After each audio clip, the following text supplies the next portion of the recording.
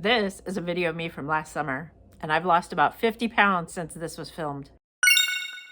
Now, if this is your first time watching me, I normally do videos about going on road trips, exploring the great outdoors, and even applying for jobs. So obviously, this topic today is going to be something totally different.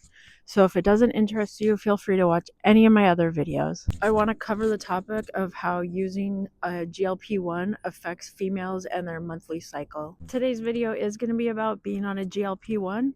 I'm on a GLP-1 GIP, sometimes referred to as Tirzepatide. Sometimes people call it Zepbound or Mounjaro, but I just want to point out that I am on a clinical trial, so my dosing schedule is not the typical dosing schedule that you're going to find for people that are using Tirzepatide. Now, when I first knew that I was going to be using a GLP-1, I of course went to YouTube and wanted to check out all the videos that were talking about how GLP-1s work, listen to people talk about their side effects. And of course, this is where I feel like there's certain people that I do enjoy watching. There's other people I don't really watch because I can't really relate to their personal situation.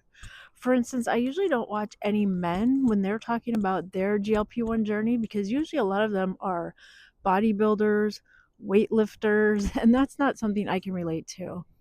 I also don't always feel like I can relate to any sort of women that are in menopause, and that is because I am not in menopause myself, and so I do not have the same hormonal issues that they may have, and in fact, I may have some completely different ones. It was very important to me to find people on YouTube that I could relate to. So, first of all, let me talk about what it was like for me before I started GLP-1 and what some of my weight issues were, because it's probably important to know some of my stats. For instance, I am female.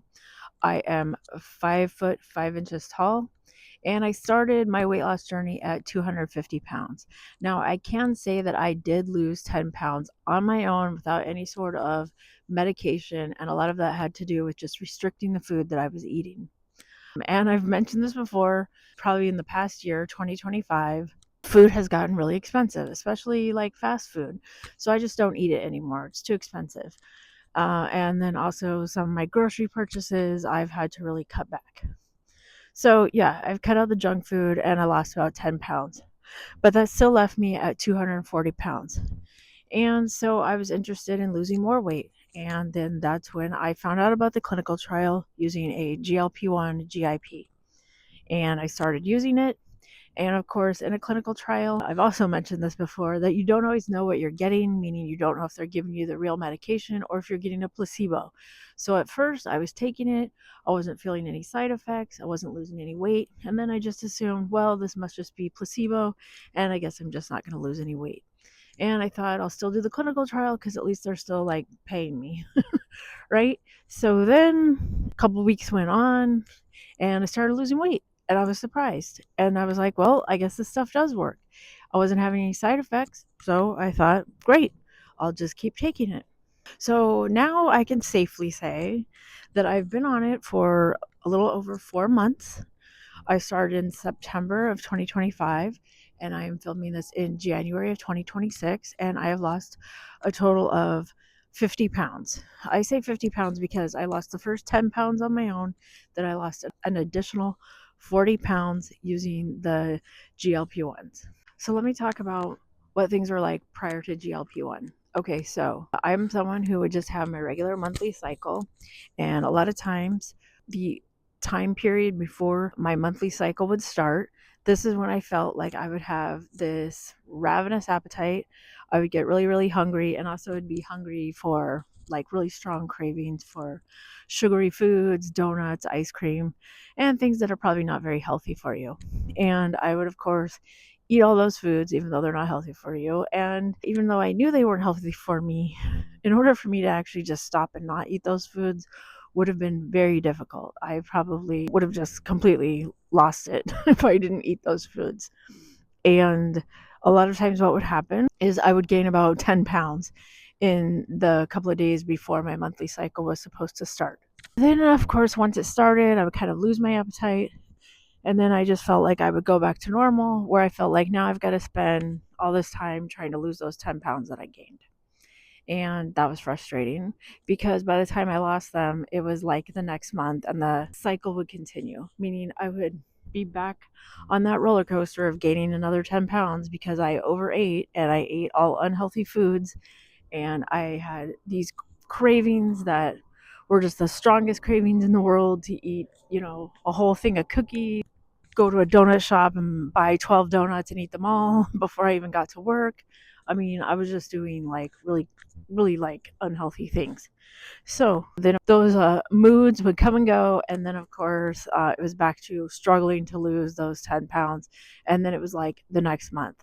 Now, I feel like the only time I ever had any sort of relief from this, what I call roller coaster, is when I actually started taking birth control. I took a continuous form of birth control, which meant I did not have monthly periods anymore because the hormones from the birth control prevented me from having a period. So therefore I wasn't having this 10-pound weight gain every month, and then I could just have a normal life, right? So at some point in time I decided that I was not going to take the birth control anymore. I don't know why. I just thought maybe I should just try to not take any medication at all and just live naturally and live in harmony with nature and not take any medications or aspirin or anything. And what I realized is I started gaining weight again. Was I eating healthy? No, that's on me. But I was back to having these normal monthly cycles. And this is where I like to bring up the topic of, sometimes in popular culture, we use the term of PMSing. So when people say, oh, she's craving chocolate, she must be PMSing. Well, unfortunately, sometimes PMS can be used as an insult towards women. So, if someone's like in a bad mood, oh, she must be PMS. Well, PMS usually stands for before the menstrual cycle. And so that's how it was for me. So like the week before the cycle was to begin for me, that's when I would start having this crazy appetite. I started craving all sorts of sugary foods. I started putting on weight, and it was just awful. And so, yes, maybe I did fall into the PMS category, even though, sometimes people use the word or the phrase PMS kind of flippantly as popular slang, but I do feel that it affected me in some way. Now, of course, there's other women that suffer from PCOS, which is something completely different. But for me, I think my only mood swings was I was ready to punch someone if I didn't get a dozen donuts. So you better give me those donuts. So now let's talk about the whole using a GLP-1 and what happens in that week, the premenstrual week, the PMS week. I would say, in my experience, and you can tell me if you have the same experience, I feel like the GLP-1 is totally worthless. I feel like my cravings supersede any sort of GLP-1. It's as if, I was injected with water and not GLP-1. I don't know what it is, but my cravings are just so strong. Now, I wouldn't say that I'm gaining weight during that week, and I wouldn't say that I am eating all sorts of unhealthy foods, but I would say that the cravings are still there. It's still like a fight and a struggle to, battle those cravings during that week. So like I said, it's been 4, almost 5 months for me that I've been on a GLP-1. So obviously I've had a couple of monthly cycles since I first started the medication. And so I can say from experience that, yeah, the GLP-1, it just feels like it's not even working for me. Now, that's why I said some of you guys can leave a comment and tell me what your experience has been. If you felt that you had the same experience as me, or if you feel that the GLP-1 has helped you in any way. But so far, that's been my experience, that it's almost like that week you may have not even taken the injection because it doesn't feel like you're getting any benefits from it. Now, that's where I think maybe there needs to be some sort of different kind of dosing schedule. I'm not a doctor, so I don't know. But it almost seems like maybe for those people that are using variable doses, like I know there's some people where they start out on a low dose, they gradually build up your dosing schedule. And I do notice, at least for me, because the dose is supposed to last you a week, a lot of times people will say the dose, when you first take it, the first couple of days, it feels pretty strong as far as your appetite suppression. But usually by the end of the week, people are, feeling hungry again. And so, it's time to take another dose. Well, I just wonder if maybe they need to adjust dosing schedules for monthly periods. Maybe for some reason they need to like double the dose or something during that week. I don't know. Just a suggestion out there to the medical community.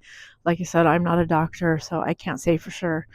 But I'm just really curious because I know there are some people that are doing a dosing schedule that's been prescribed to them by a doctor where, maybe they're doing like the 2.5 one week and then they do the 5 milligrams the next week, and then they go back to like a 2.5. And some of these dosing schedules also help people with how they're saving money on the medication as well.